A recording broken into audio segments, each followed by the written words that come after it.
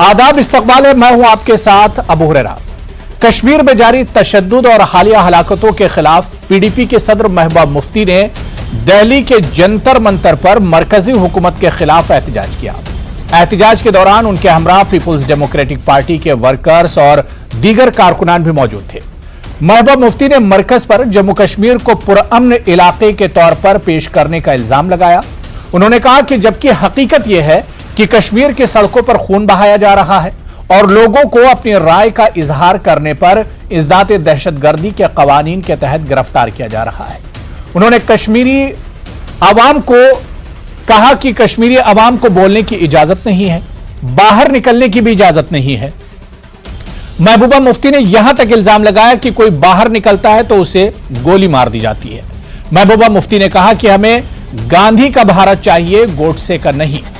तो उधर दूसरी जानिब एनसी सरपरस्त और साबिक वज़ीर आला डॉक्टर फारूक अब्दुल्ला ने कहा कि कश्मीरियों को अपने हुकूक के लिए किसानों जैसी तहरीक छेड़नी होगी और किसानों की तरह मुत्तहिद होना होगा।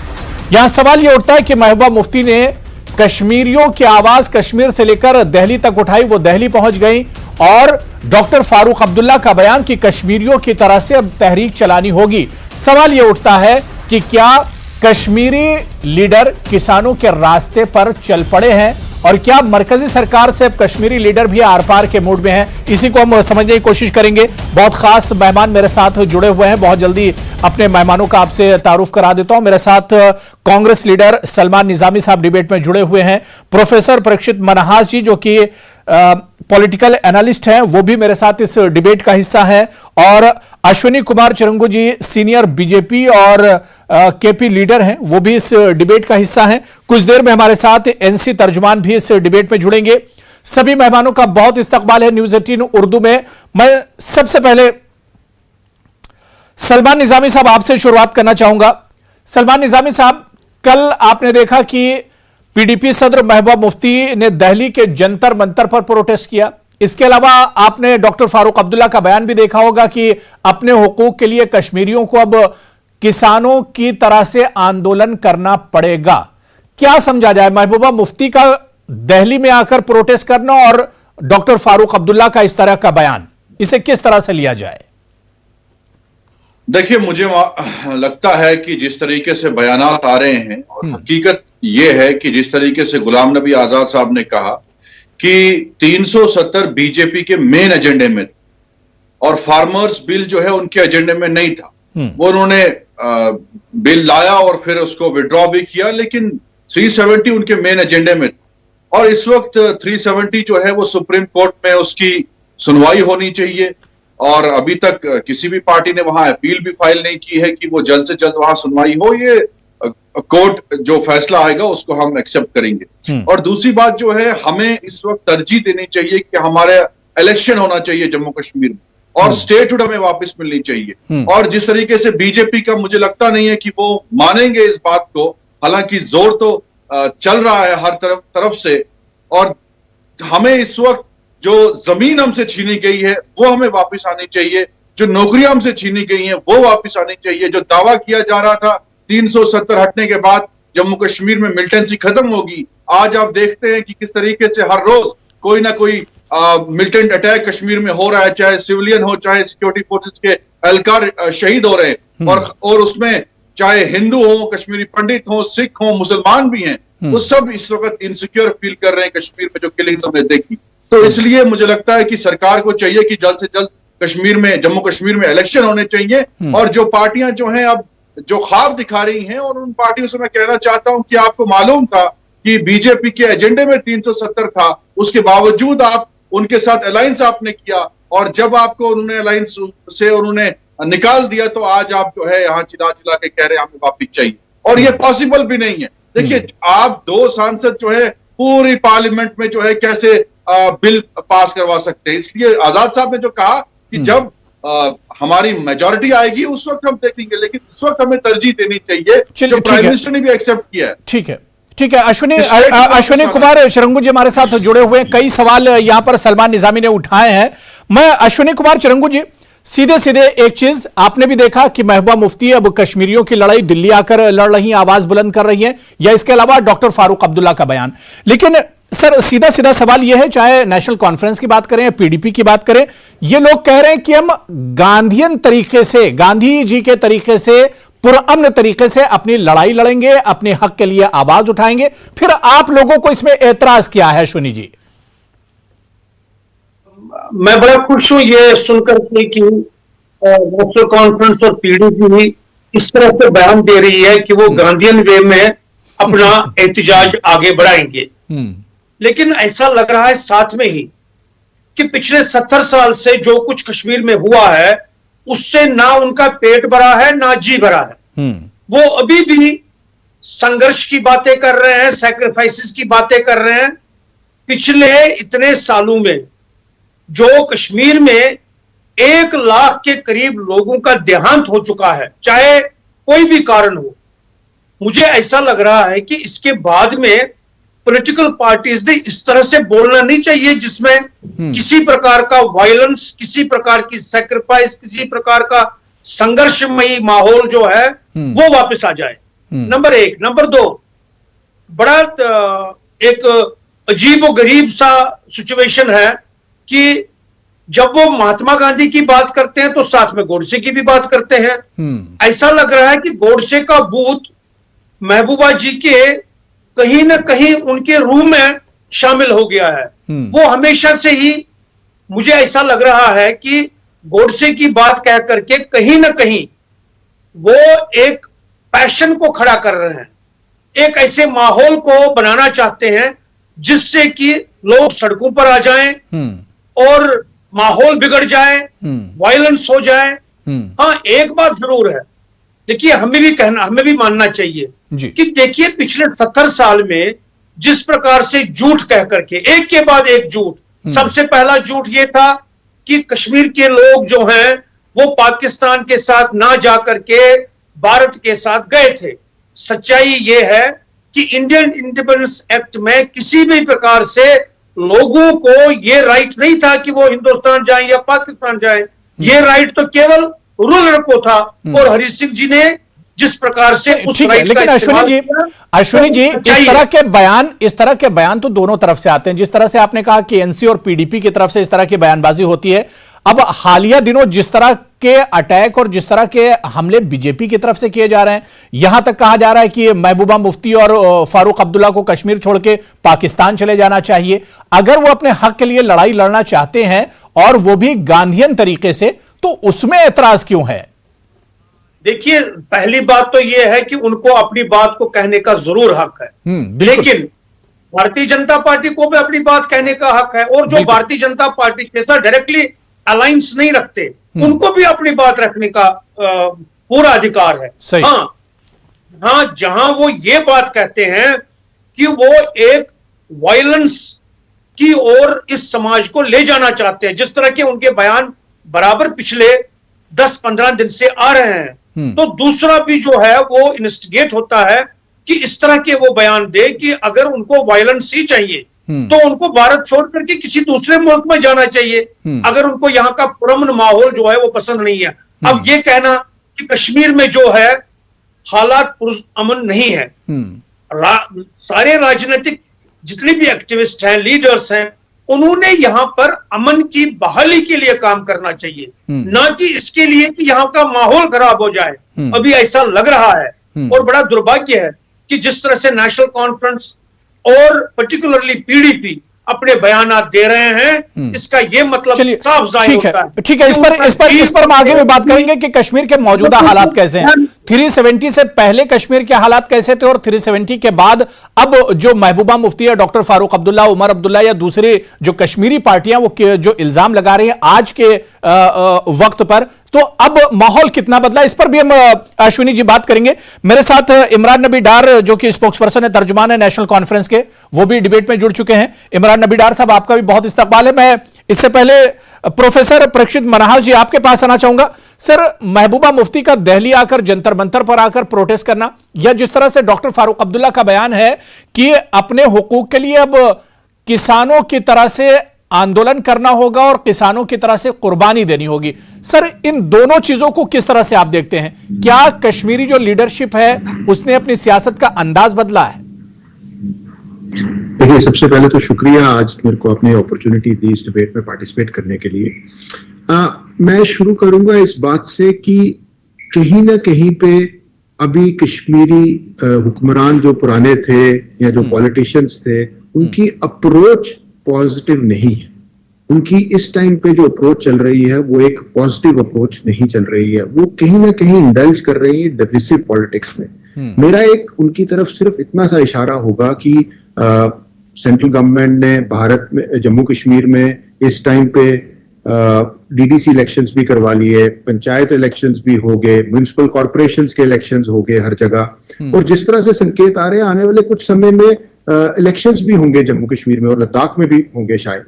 तो ये समय इन पार्टीज को यूज करना चाहिए लोगों, आम जनता के साथ एक कनेक्ट बिल्ड करने के लिए। इस तरह से बिल्ड करना चाहिए कि एक पॉजिटिव कनेक्ट बिल्ड किया जाए, अंडरस्टैंड किया जाए कि उनकी क्या जरूरियात हैं, कौन सी उनकी प्रॉब्लम्स हैं जो अनएड्रेस्ड रह चुकी हैं। पर ये उसको ना करते हुए इस टाइम पे दिल्ली जाके जंतर मंतर में या एनसी जिस तरह से बयानात आ रहे हैं फारूक अब्दुल्ला साहब के, या महबूबा मुफ्ती जिस तरह से बयान दे रही हैं, तो उससे तो एक डिविसिव पॉलिटिक्स ही होगी। अब अगस्त 2019 को गुजरे हुए 2 साल से ज्यादा हो चुका है। 370-35 से एक पास्ट है, प्रेजेंट में उनको जीना है। उनको अपने नुमाइंदे ऐसे खड़े करने हैं जो कि आम नागरिक की पल्स को जाने।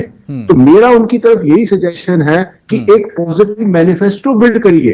और मैनिफेस्टो कैसे बिल्ड होगा? आप लोगों के पास जाइए, उनसे जानकारी हासिल कीजिए, उनकी कौन सी प्रॉब्लम्स हैं। सेंट्रली गवर्नमेंट इतनी स्पॉन्सर्ड स्कीम्स यहाँ पे आ रही हैं, उनका पॉजिटिव उपयोग हो पा रहा है या नहीं हो पा रहा है, उसकी जानकारी हासिल कीजिए। तो मेरे को तो ये लगता है कि इस टाइम पे वो टाइम वेस्ट कर रहे हैं और अनफॉर्चुनेटली अभी तक उनको इस बात की समझ नहीं आ रही कि आम नागरिक, जो यूथ है, जो पब्लिक है, वो अब डिविसिव चीजों की तरफ ध्यान नहीं देती, वो प्रोग्रेसिव चीजों की तरफ ध्यान देती है। या यूं कह सकते हैं कि अब मीडिया का कश्मीर में सियासत करने के लिए अब उनके पास मुद्दे नहीं बचे हैं, ऐसा भी कहा जा सकता है। बिल्कुल यही इसी की तरफ मैं आ रहा हूं कि उनके पास उनको मुद्दे बिल्डअप करने चाहिए। उनको लोगों के पास जाके जानकारी हासिल करनी चाहिए कि लोगों को किस चीज की कमी आ रही है। बिल्कुल मैं इमरान नबी डार को भी शामिल कर लेता हूं डिबेट में, क्योंकि काफी देर से हमारे साथ जुड़े हुए हैं। इमरान नबी डार साहब, डॉक्टर फारूक अब्दुल्ला साहब ने कहा कि अपने हक के लिए कश्मीरियों को कुर्बानी देनी होगी। सवाल ये उठता है कि जब से हमने आंख खोली तो कश्मीरी तो कुर्बानी ही दे रहे हैं, और कितनी कुर्बानी चाहिए? देखिए, इससे पहले कि मैं आपके सवाल का जवाब दूं, पहले मैं ये जो अभी मुझसे पहले पैनलिस्ट थे कुछ बोल रहे थे कि मुद्दे नहीं है, बाकी कश्मीरियों को बाकी चीजों पे बात करनी चाहिए। इनके इंफॉर्मेशन के लिए मैं एक बात बताना चाहता हूं कि जब आर्टिकल 370 और 35A को हमसे छीना गया, उसके साथ साथ एक स्टेट जो सबसे पुरानी स्टेट थी और बहुत बड़ी स्टेट थी, एक वाहिद मुस्लिम मेजॉरिटी स्टेट थी पूरी कंट्री में, उसको पहले तो डिसमेंबर किया गया, उसके बाद डाउनग्रेड करके यूटी बनाया गया। इसके पीछे क्या रैशनल था? अब यूटी बन गया, एक UT of Jammu and Kashmir बना, दूसरा यूटी ऑफ लद्दाख बना। अब आप देखिए कितना भेदभाव, क्योंकि ये बातें कर रहे थे ना बहुत बड़ी आइडियलिस्टिक तरीके में। मैं इनसे बस सवाल करना चाहता हूं कि आपको क्या परेशानी है कि जेएंडके के लोगों के साथ उनके जॉब्स और उनके लैंड पे क्यों कब्जा, क्यों उनको उसके राइट्स नहीं मिल सकते, जबकि आप लद्दाख में, एक सेकेंड, जबकि आप यूटी ऑफ लद्दाख में बाज़ाब्ता उनको लैंड राइट्स और जॉब राइट्स दे रहे हैं। तो यहां पे क्या हमने इतना बड़ा गुनाह किया है कि हमसे जॉब राइट्स, हमसे लैंड राइट्स? चलिए ठीक है, इमरान नबी डार साहब, आपके ऑडियो में प्रॉब्लम आ रही है, मैं दोबारा से आऊंगा। ऑडियो में प्रॉब्लम आ रहा है, मैं दोबारा से आऊंगा और अपनी बात आप रखिएगा। मैं अश्विनी कुमार चिरंगू जी, जो बात इमरान नबी डार ने कही और इसके अलावा सर आपने कहा कि 370 के बाद एक नया कश्मीर, लेकिन आज भी कश्मीर में रोजगार और बेरोजगारी जो है एक बड़ा मुद्दा है, या सिर्फ कश्मीरी पंडितों की हम बात कर लें, आज भी वो इंतजार कर रहे हैं कश्मीर में वापसी को लेकर। तो जो वादे किए गए थे कि 370 के बाद एक नया कश्मीर होगा, एक नई सुबह होगी, तो अभी तक तो उसका इंतजार ही किया जा रहा है। देखिए, 370 की जहां तक बात है, 35A की जहां तक बात है, वो एक पॉलिटिकल एजेंडा था, एक नेशनलिस्ट एजेंडा था, जो हम 70 साल से परस्यू कर रहे थे। और जो हुआ है उसके बारे में मैं ये कहूंगा कि उसको केवल या तो पार्लियामेंट बदल सकता है, नहीं तो सुप्रीम कोर्ट बदल सकती है। ये लोगों को कहना है कि हम इसके लिए संघर्ष करेंगे और उसके लिए सैक्रिफाइसेस के लिए तैयार हो जाइए, ये 70 साल के झूठ पर पर्दा डालने की कोशिश है। Article 370 was never a permanent part of the Indian constitution. ये हमेशा से कहा गया। 370 के बाद जो वादा किया गया था, 370 के बाद अश्विनी जी अगर कश्मीर में चीजें उस तरह से बदलती, 370 से पहले भी मिलिटेंसी थी और 370 के बाद भी मिलिटेंसी है। 370 से पहले भी कश्मीरी पंडित कश्मीर नहीं जा पाते थे, 370 के बाद भी कश्मीरी पंडित कश्मीर नहीं पहुंच पाए। 370 से पहले भी कश्मीर में बेरोजगारी थी, 370 के बाद भी कश्मीर में बेरोजगारी है। तो मसले तो जू के तू हैं, तो कोई सवाल तो उठाए जाएंगे। सवाल हमेशा उठाने चाहिए। मैं बड़ा खुश हूं कि ये सवाल उठे हैं। आर्टिकल 370 का यहां की सिचुएशन के साथ जो सिक्योरिटी सिनारियो है या यहां के लोगों के रोजगार के साथ जो बातें उसके साथ लिंक करने की कोशिश की जा रही है, मुझे ऐसा लग रहा है ये गलत नैरेटिव है। नैरेटिव साफ और साफ तौर पर यह है कि 370 35 से anti human rights, anti fundamental rights, anti regional rights और एंटी यहां पर जो पॉलिटिकल राइट्स उन लोगों को मिलने चाहिए थे जो इससे पीछे 70 साल से महरूम थे, उनको मिले हुए हैं। अब एक बात तो ये है, दूसरा ये एंटी वुमन राइट था, इसलिए इसको समाप्त होना ही था। हाँ, अब सवाल ये पैदा होता है जो समझना बड़ा जरूरी है कि आखिर जो ये बार बार कह रहे हैं कि यहां के लोगों से रोजगार छीना गया है। मैं कहना चाहता हूं कि पिछले 2 साल में सरकारी तौर पर 15,000 के करीब नए लोगों को भर्ती उसमें सरकार में की गई है। They have been selected for various post. 15,000 employees have been selected for the last. मैं सलमान निजामी साहब, क्या आप सहमत हैं, आप मुत्तफिक हैं जो बातें यहां पर अश्विनी कुमार चिरंगू जी कह रहे हैं? और जिस तरह से कश्मीरी लीडरशिप या कश्मीरी लीडरों का तरीका बदला है सियासत का, क्या 370 के बाद अगर हालात बदले होते तो शायद अब महबूबा मुफ्ती को दिल्ली आकर प्रोटेस्ट नहीं करना पड़ता है, फारूक अब्दुल्ला को इस तरह का बयान नहीं देना पड़ता? इसलिए उनका दिल्ली जाना इस बात की ओर इशारा करता है कि कश्मीर में उनका पॉलिटिक्स जो है वो डिफीट हुआ है, इसलिए वो दिल्ली गए हैं। ठीक है अश्विनी जी, सलमान निजामी साहब जवाब दे रहे हैं जी। देखिए, 370 से पहले जो दावे बीजेपी ने किए थे जम्मू कश्मीर की आवाम को कि मिलिटेंसी खत्म हो जाएगी, रोजगार मिलेगा, पैकेज मिलेगा, नौकरियां मिलेंगी, कुछ भी नहीं हुआ। और आपको याद होगा कि 2014 से पहले जो हुकूमत थी उस वक्त जो है सब लोग खुशहाल थे। वो लम्हे हमें याद रखने चाहिए। ईटीवी उर्दू था, आज न्यूज 18 उर्दू है। तब आप ही दिखाते थे कि कितने सैलानी वहां कश्मीर में आते थे, लोगों को घरों में रखना पड़ता था सैलानियों को। तो एक खुशहाल जम्मू कश्मीर था जिसको इन्होंने इन 2.5 सालों में बर्बाद कर दिया, या 6 सालों की बात करिए। और अभी जो है जोर जिस पे होना चाहिए, 370 है क्या, जो कुछ पार्टियां उसको मिसलीड कर रही हैं। 370 उसमें मेन जो था वो जमीनें थी और नौकरियां थी।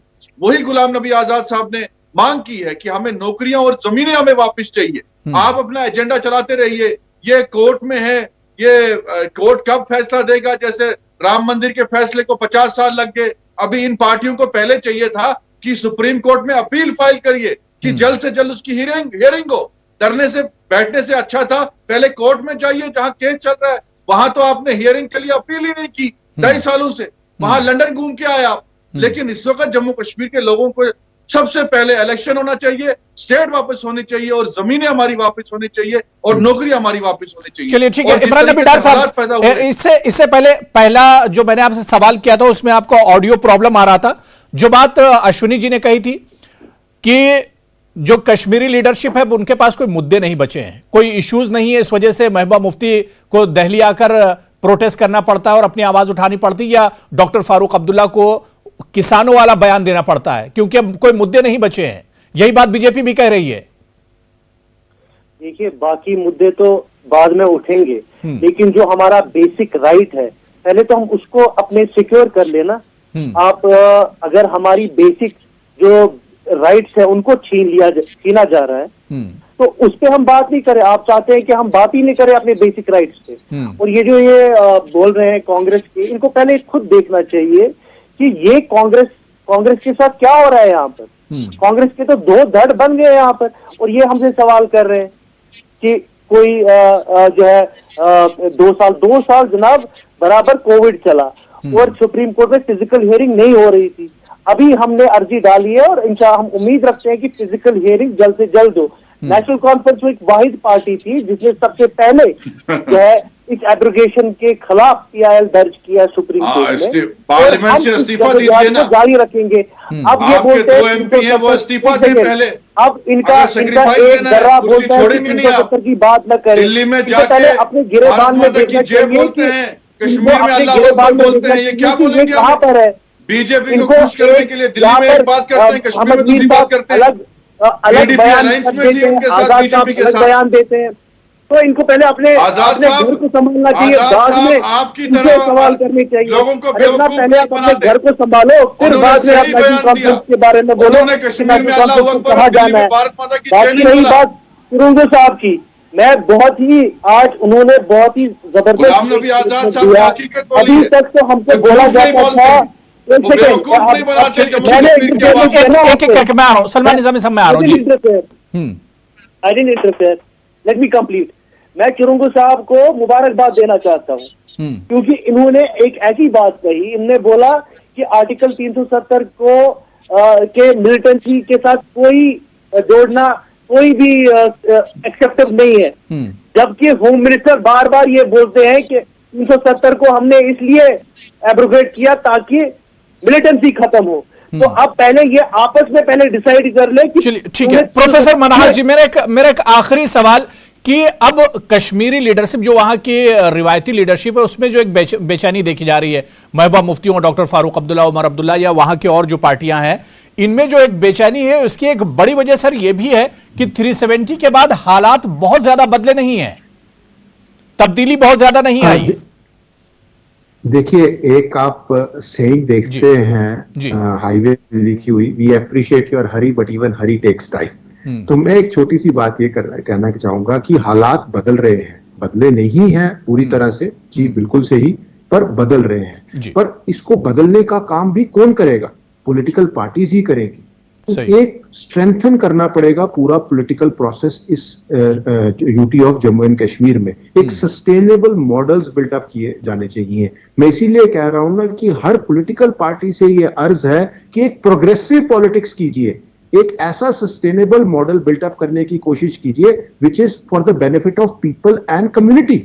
जो कम्युनिटी लेवल पे, लोगों के, आम नागरिकों के लेवल पे उनकी बढ़ोतरी की बात करें, ना कि आप लड़ाई झगड़े की बात करें। कहीं पे जाके आप प्रोटेस्ट कर रहे हैं स्टेट की या भारत की, बिल्कुल एक नया कश्मीर कैसे बने और कश्मीर को किस तरह से आगे ले जाए, कश्मीर और कश्मीरियों की तरक्की और डेवलपमेंट कैसे हो, इसमें सबको मिलकर सोचना होगा। सब एक साथ आएंगे। डॉक्टर फारूक अब्दुल्ला ने बात जरूर एक तरह से कुर्बानी की कही, लेकिन जम्मू कश्मीर को किस तरह से ऊपर ले जाना है इसके लिए कुर्बानी देनी होगी। जम्मू कश्मीर के लोग कैसे खुशहाल हो इसके लिए कुर्बानी देनी होगी, और इसके लिए सबको मिलकर एक तरह से लड़ाई लड़नी होगी कि एक नया जम्मू कश्मीर जिसकी अब एक शुरुआत हुई है, इसे पाए तकमील तक कैसे पहुंचाया जाए, इस पर सबको सोचना होगा। बहुत बहुत शुक्रिया प्रोफेसर मनहास जी, सलमान निजामी साहब, अश्विनी कुमार चिरुंगू जी और इमरान नबी डार जी, सभी का बहुत बहुत शुक्रिया डिबेट में जुड़ने के लिए। आदाब।